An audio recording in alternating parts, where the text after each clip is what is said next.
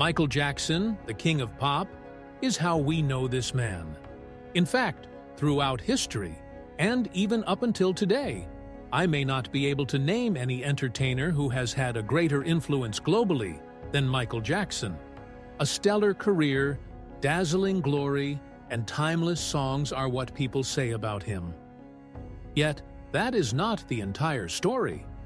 Few people know that the king of pop lived a life with many secrets hidden for years. These range from an unhappy childhood to the terrible dark sides when his career peaked, and ultimately, his mysterious death. Countless theories surrounding the life of Michael Jackson are still being discussed today. Some people say he was a member of the Illuminati. Others claim he died from drug abuse. So, what more do we not know about the life and death of this legend? Are the things people have rumored about him actually true? We will find the answer in this video. Michael Jackson, the mysterious life and death of the king of pop. As usual, before diving into the main content, please show your support for Vu Tru Nguyen Tui by liking and subscribing to the channel, so you do not miss out on other fascinating videos.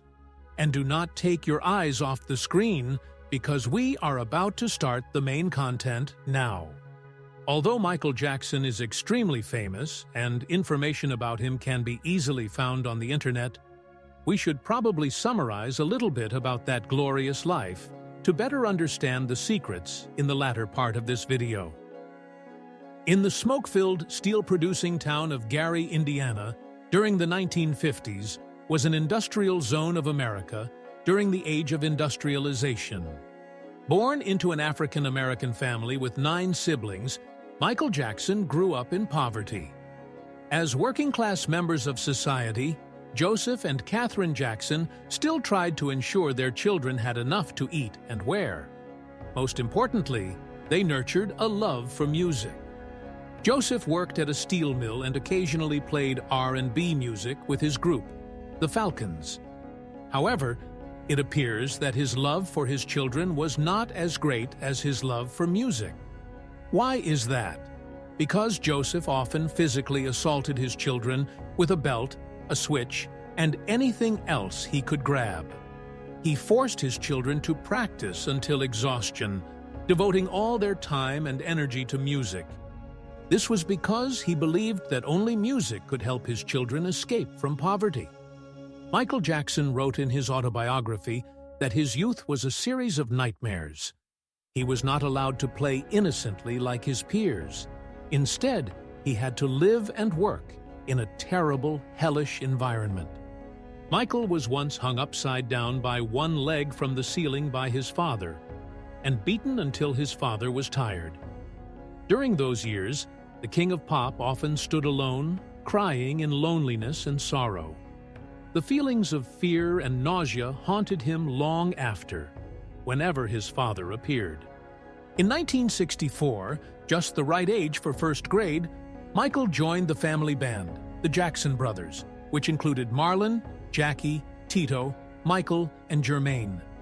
The 5 brothers performed all over Indiana. After the unexpected success of the song My Girl, the Jackson Brothers became much more confident. They began to organize tours across states. They traveled to Chicago, then Illinois, and even to the East Coast of the United States.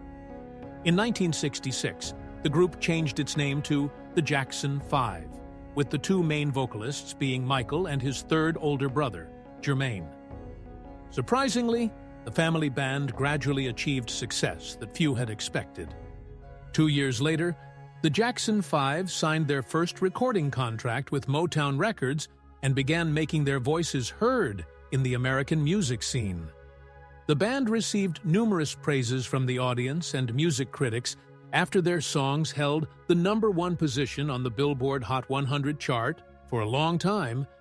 Although not yet an adult, Michael showed his innate talent when releasing the single Got to Be There and Rockin' Robin right after turning 14. Thanks to the initial successes of his children, Joseph decided to move the family to California in the 1970s.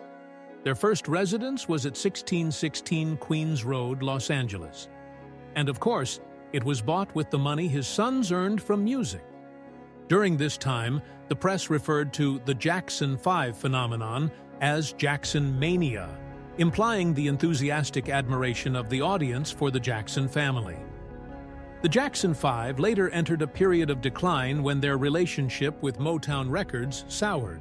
In 1976, the Jackson 5 signed a contract with CBS Records. However, the group was sued by Motown Records for canceling the contract prematurely. During this period, Michael began to have more success in his solo career, composing and performing famous songs such as Shake Your Body, This Place Hotel, and Can You Feel It? In 1978, when Michael played a poor man in the film The Wiz alongside the singer Diana Ross, he coincidentally met Quincy Jones. They became partners and planned together to produce and release Michael's first album 4 years later. After Michael Jackson's first solo album, Thriller, was released in 1982, the role of the Jackson family band almost ended. This ushered in the glorious era of the King of Pop's solo career. The album Thriller ranks second among the most successful albums of all time in the United States and held the top position on the music charts for a long period. Thriller is also one of the best-selling albums ever with over 107 million copies sold, becoming one of the albums with 7 songs reaching #1 on the Billboard Hot 100 chart. However, it is also from here that a new chapter in Michael Jackson's career officially began. If we had to give it a name, people would probably call it glory and tragedy. Michael Jackson is a rare African-American singer who has had such a massive impact on the global entertainment industry. Through his talent and hard work, the King of Pop gradually dominated the most important positions in the billion-dollar and intensely competitive industry. Wait a minute. Is Michael Jackson an African-American singer? He is white. Look closely.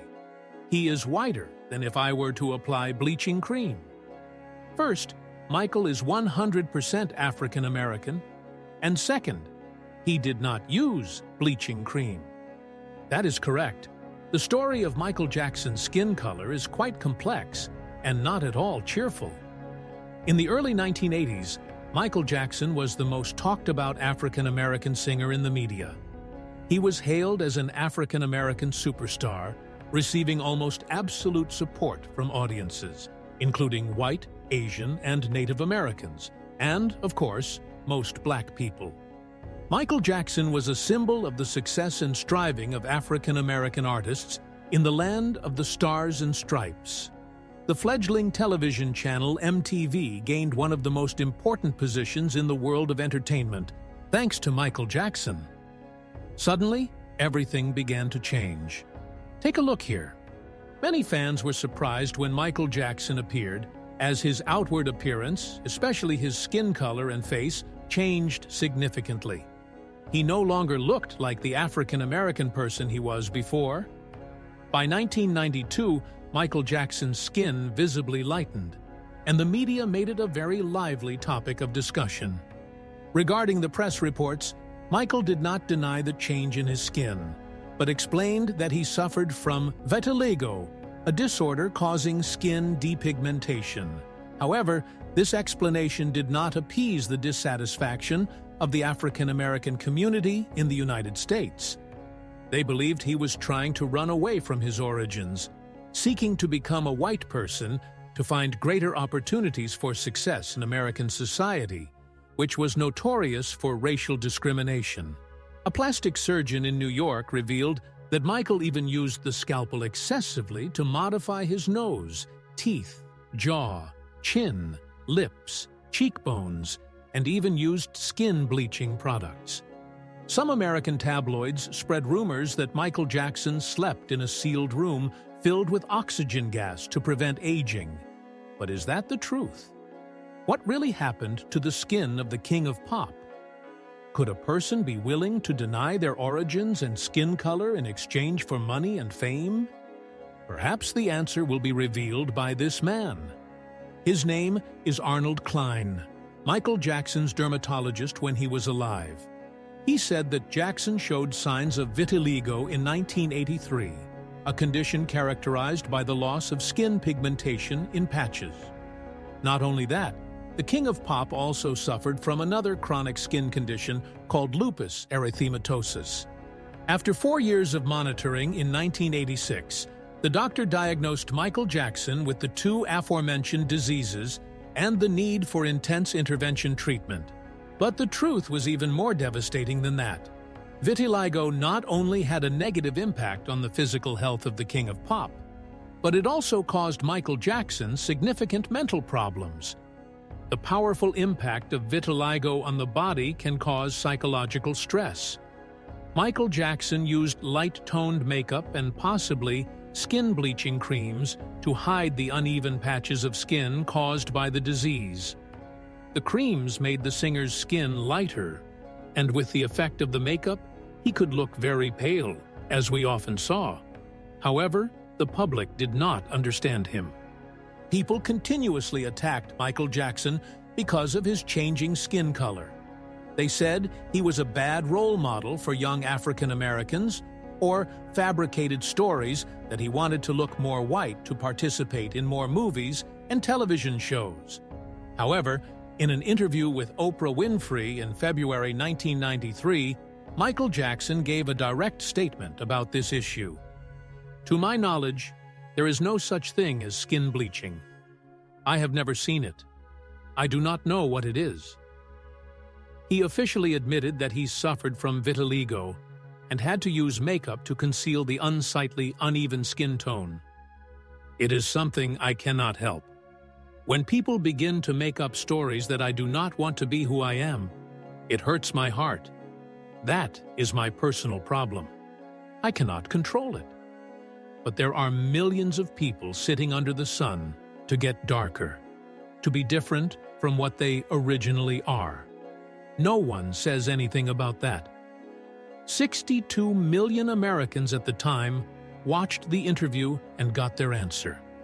Except for a few people who had hostility towards Michael Jackson, perhaps the majority sympathized with him rather than suspecting him.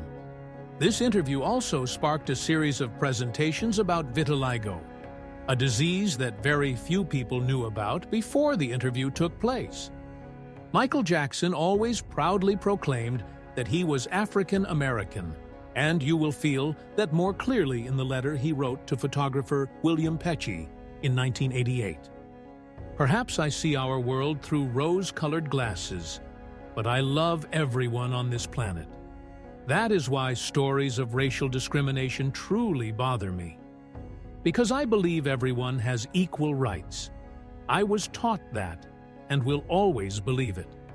I just cannot understand why people can create conflict simply because of skin color. I embrace all races on Earth.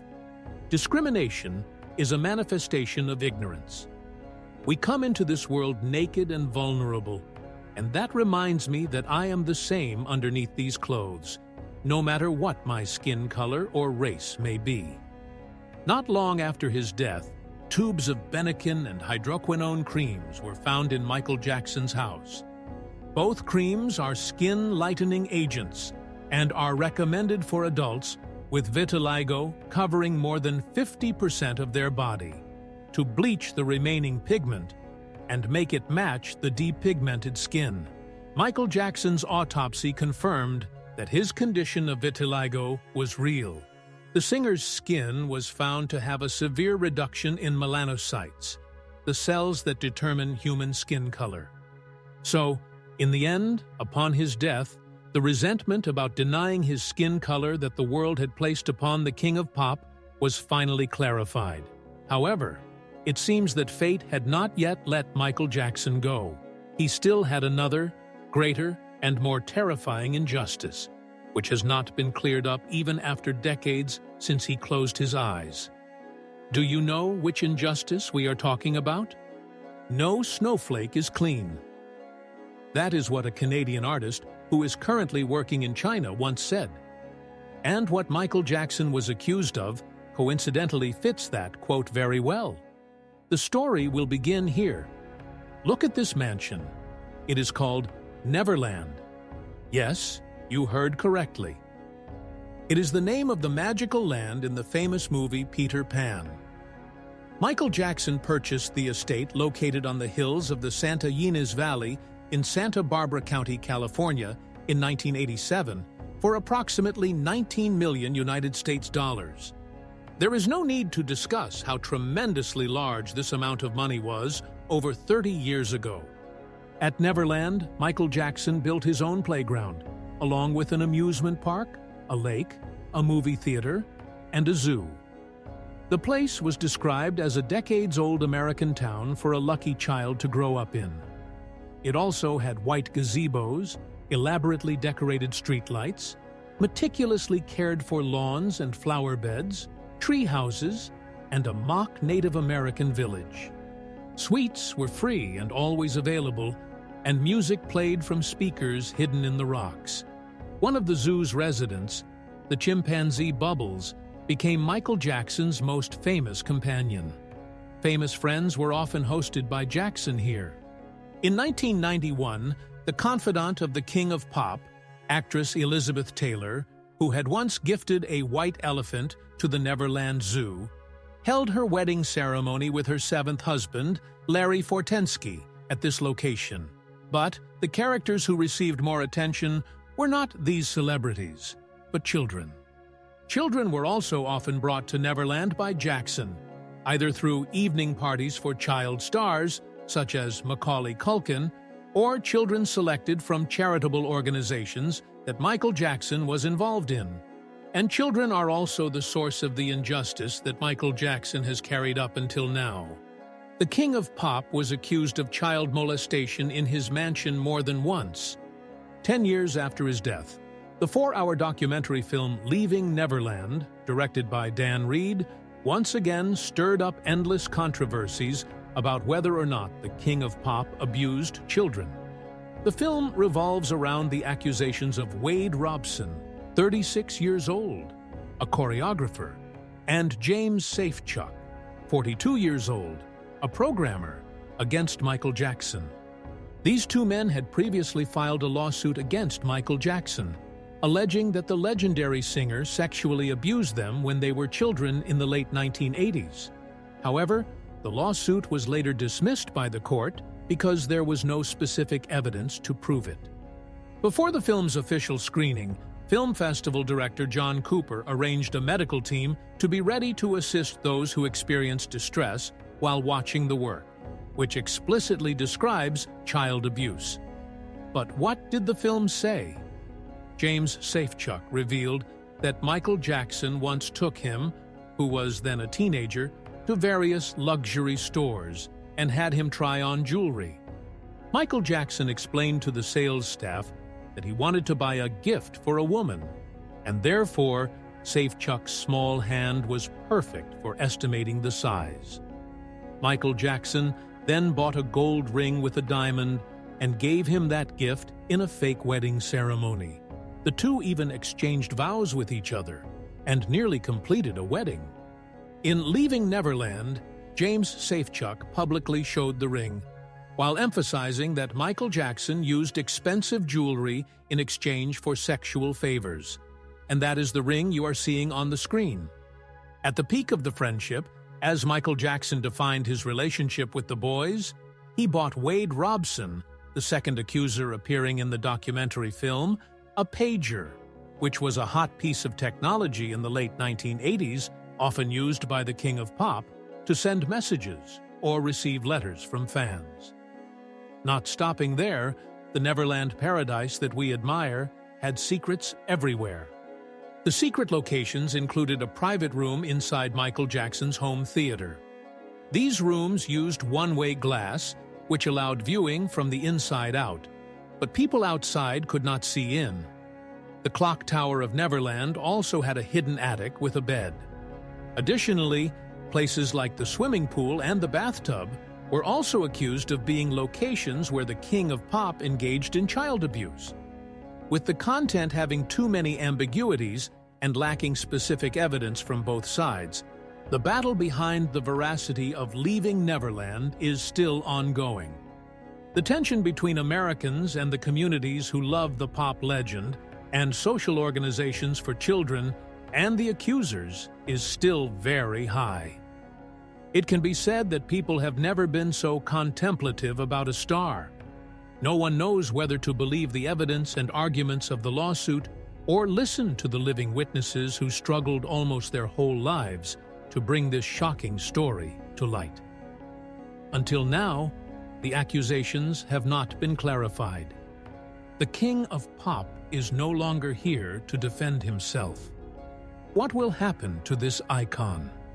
The 2019 documentary film, although it spoke of extremely horrifying things, did not have any convincing evidence. They were just the words of two people whose honesty no one could verify. Even the ring used as evidence could easily deceive those who were prejudiced against Michael Jackson because no one knew what it truly looked like. And 2019 was not the first time Michael Jackson was accused of child abuse. Before that, all attempts to tarnish the King of Pop's reputation had failed. In mid-1993, Jackson was accused of child sexual abuse by a 13-year-old boy, Jordan Chandler, and his father, Evan Chandler. The father began using drugs to reduce stress and quickly became addicted. The Chandler family demanded compensation, but was refused. Instead, the singer counter-accused them of having an extortion plan. In August 1993, the police searched Jackson's mansion and found books and photos of nude young boys in his bedroom. Because they were all legally purchased and owned, the grand jury decided not to prosecute Jackson. In December 1993, Jordan Chandler sent the police a description of the singer's bodily features. Grand jury members thought they were inconsistent, but the police insisted they were accurate. In 1994, Michael reached a private settlement with the Chandler family outside of court. Everything concluded, and the King of Pop was declared innocent due to a lack of evidence. In 2003, in an episode of the documentary series Living with Michael Jackson, he held hands and talked about sleeping in the same bed with a young boy. The whole matter once again caused a stir when the main character, the boy Gavin Arvizo, and his mother accused Jackson of inappropriate behavior. He was arrested in November 2003 and charged with 7 counts of child sexual abuse and 2 counts of administering an intoxicating agent, relating to his relationship with the boy Arvizo during the show. Jackson denied everything and affirmed that the sleepovers were non-sexual. The trial took place on January 31, 2005, and lasted for 5 months. 1 month later, Jackson was once again declared innocent. A life full of glory and turbulence passed. Yet, even when he closed his eyes, Michael Jackson did not find peace. Even his death is a topic that people have discussed repeatedly for many years. On June 25, 2009, singer Michael Jackson died at Neverland, the magical land of him and the children. According to the autopsy and conclusion, Michael Jackson died from acute propofol intoxication, leading to respiratory failure at his private residence. His personal physician, Conrad Murray, stated that he found Michael Jackson in his room with shallow breathing, seemingly not breathing, on his bed. Michael Jackson was quickly given medical treatment at home, but it seemed that all the doctor's efforts could not save Michael Jackson.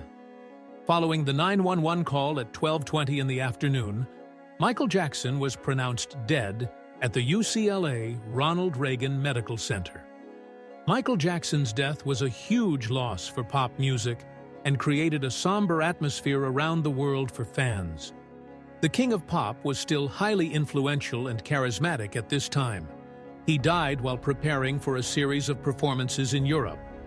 On August 28, 2009, Los Angeles County investigators ruled out the possibility that Michael Jackson's death was a homicide, and the matter almost closed there. But 2 years later, The legal battle over who was responsible for Michael Jackson's sudden death was investigated and clarified. Because even if it was not direct murder, it could still be a manslaughter case. The first person to be suspected and investigated was certainly Dr. Conrad Murray, Michael Jackson's personal physician. According to Conrad Murray's testimony, he administered propofol, a surgical anesthetic, to help Michael Jackson sleep through the night during the last 2 months of his life. This means that in his final days, Michael Jackson's mental health condition was so severe that it prevented him from sleeping. Dr. Conrad Murray was immediately handcuffed for the crime of manslaughter of the King of Pop, Michael Jackson. This made Michael Jackson's fans and family somewhat satisfied and relieved. But surprisingly, the doctor was not worried about this. He believed that he had acted correctly and served his client's wishes well. He had reasons to give Michael Jackson that medication. Conrad Murray did not cooperate and denied all accusations against him. This prevented the jury from conducting the smoothest possible investigation. Not stopping there, Conrad Murray stunned the judge and the public by claiming that Michael Jackson was a drug addict and that the King of Pop had begged him to prescribe medication to help him sleep. The lawyer for Dr. Conrad Murray, who was being tried for the manslaughter of the King of Pop, proposed the theory that Michael Jackson ended his own life by self-injecting an overdose of the anesthetic propofol, leading to his death. With the desire to prove his client innocent in the death of the King of Pop, the lawyer requested the exhumation of Michael Jackson's grave. Of course, that could never happen. On the contrary, the police also had their own ways to substantiate the accusations against Dr. Murray. 2 of the leading experts on propofol were invited as indirect witnesses for the prosecution. The first was Dr. Paul White, known as the father of propofol due to his role in researching the drug. And the second was Dr. Stephen Schaffer, who wrote the instructions and warnings accompanying each vial of the drug. The 2 doctors stated that in most of their trials, they found that narcotics and anesthetics had certain interactions with each other. Testing Michael Jackson's tissue samples, they also noticed that in addition to the anesthetic propofol, Michael Jackson was also given 2 other sedatives, benzodiazepine, lorazepam, and midazolam, almost every night during the last 2 months of his life. To defend this issue, Dr. Conrad Murray's defense lawyer pointed out that Dr. Murray was trying to wean Michael Jackson off his addiction by prescribing propofol at a dosage of 25 milligrams, enough to help patient Michael Jackson sleep, not to kill him. But whether they wanted to or not, the defendant Conrad Murray and his lawyer could not deny one fact. The doctor managed the medication carelessly. For example, after administering the drug to the patient, he did not use heart rate, breathing, and blood pressure monitoring equipment, leading to abnormalities that the doctor could not handle in time.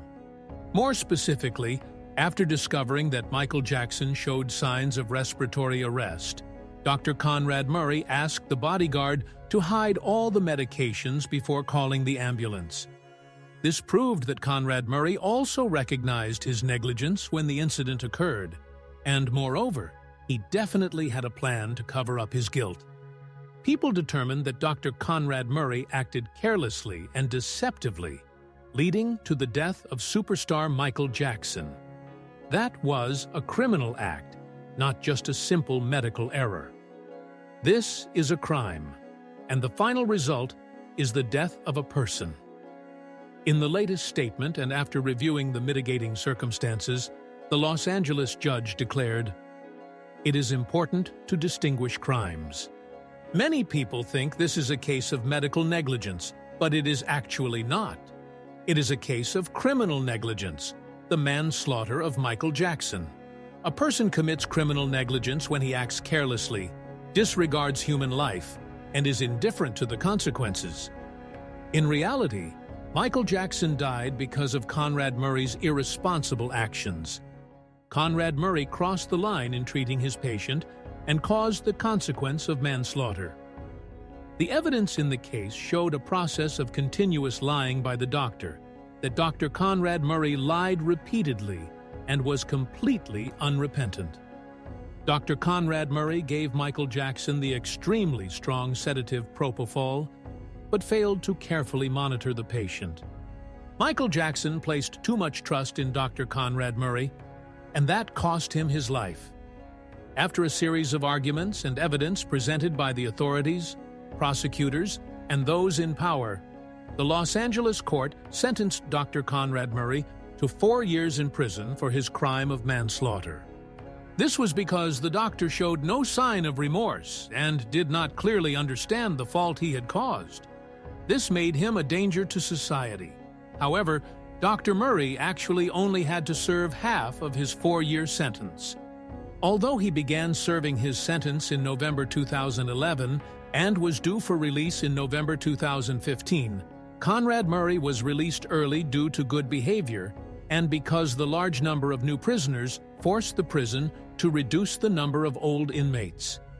I bet that even now, many people still frequently listen to Michael Jackson's timeless songs. It is perhaps no longer just music, but also a memory, a monument for an entire generation or a historical period. When will Michael Jackson truly rest in peace? And when will the accusations leveled against him be clarified? When will the world forget that there was once a person called the King of Pop? Perhaps only time will give us the most accurate answer. Thank you very much for the companionship and support of the audience in today's video. The video will now conclude. Goodbye, and see you again in the next videos. I wish everyone a joyful day.